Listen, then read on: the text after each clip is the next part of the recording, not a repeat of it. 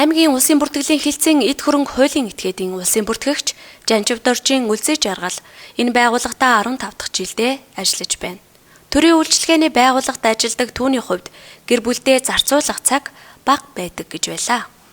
Харин 10 дугаар сарын 14-өөс эхлэн аймгийн улсын бүртгэлийн хилтэс гэртээ эрт харъя, үр хүүхэддээ үнэт цагаа зарцуулын аяныг албан хаагчдынхаа дунд эхлүүлсэн бөгөөд аяны хүрээнд хэрэгжүүлэх 10 заалтыг мөрдөн ажиллаж байна. Тодорхойлбол байгууллагатаа хүүхдийн номын болон байгуулах, өдөр бүр нэг албан хаагч 17 цагт тарах, эцэг их хүүхдийн хамтарсан тэмцээн зохион байгуулах, хамтдаа сургалт арга хэмжээнд оролцох, орой бүр хүүхдүүддээ үлгэр уншиж өгөх зэрэг ажлыг хэрэгжүүлж эхэлжээ. Энэ нь тус байгууллагын албан хаагчдад ажил ар гэрээ тэнцвэртэй байлгахад, гэр бүлтэйгээ ярилцах, хамтдаа чанартай цагийг өнгөрүүлэхэд эерэг өөрчлөлтийг авчирч байгааг хэлж байна. За манай улсын бүртгэлийн хилцэл маш олон зөвлөлтэй. Тэр дотор одоо эцгийн зөвлөл гэж байдаг. Эцгийн зөвлөл маань маш олон аяныг өрнүүлдэг. Аян дундаа болохоор гэртээ эрт тарий, гэр бүлдээ үнд цагаа зарцуулъя гэсэн аяныг өрнүүлээд явж байгаа.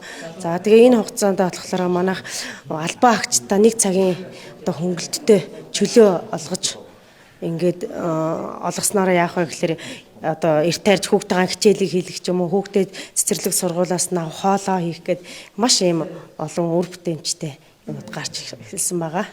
Тухайлбал та яг өөртөө жишээ аваад яриач. За миний хувьд арай эдлийг байгаа тийм 25-нд тийм 5 дахь өдөр байгаа. Та одоо 25-нд ээлж нэрнэ гэж штэ төлөвлөсөн байгаа юу? За төлөвлөсөн байгаа. Хүүхдээ эцгийн урал суухаар төлөвлөсөн байгаа. Тий. Гэртээ цагийг аз жаргалтай өнгөрөөсөн хүн маргааш нь ажилдаа аз жаргалтай ирж ажлын бүтээмж нэмэгддэг хэмээн гэр бүл судлаач доктор Баавга хэлсэн байдаг. Аяны хугацаанд гэр бүлтэйгээ хэрхэн хөгжилдөж үр хүүхэддээ анхаарч байгаагаа аймгийн улсын бүртгэлийн хилцэст ажилладаг аймаг сумын нийт 37 албан хаагч хилцэнхээ хувь чатад хуваалцдаг байна. Ер нь бол албан хаагчид ингээ хөвчүүлээ явъя гэвэл бас их дуртай. Бидний ажлын ачаал бол бас их өндөр байдаг л да. Нэг иргэдэд үйлчлдэг болохоор байнгын ачаалтаа илүү цагаар ажиллах шаардлага бол нэлээд гардаг. Тийм болохоор энийг цаашаа үргэлжлүүлээ явах юм бол албан хаагчид их дуртай байж байгаа. Ажил гэрийн тэнцвэрт байдлыг хадгалахад цагийн менежмент чухал учраас ажлын цагийг өглөөний 8 цагаас оройн 17 цаг болгоход төрийн үйлчилгээний олон ажилтнанд хэрэгтэй хэмээн үлзий жаргал хэлж байна.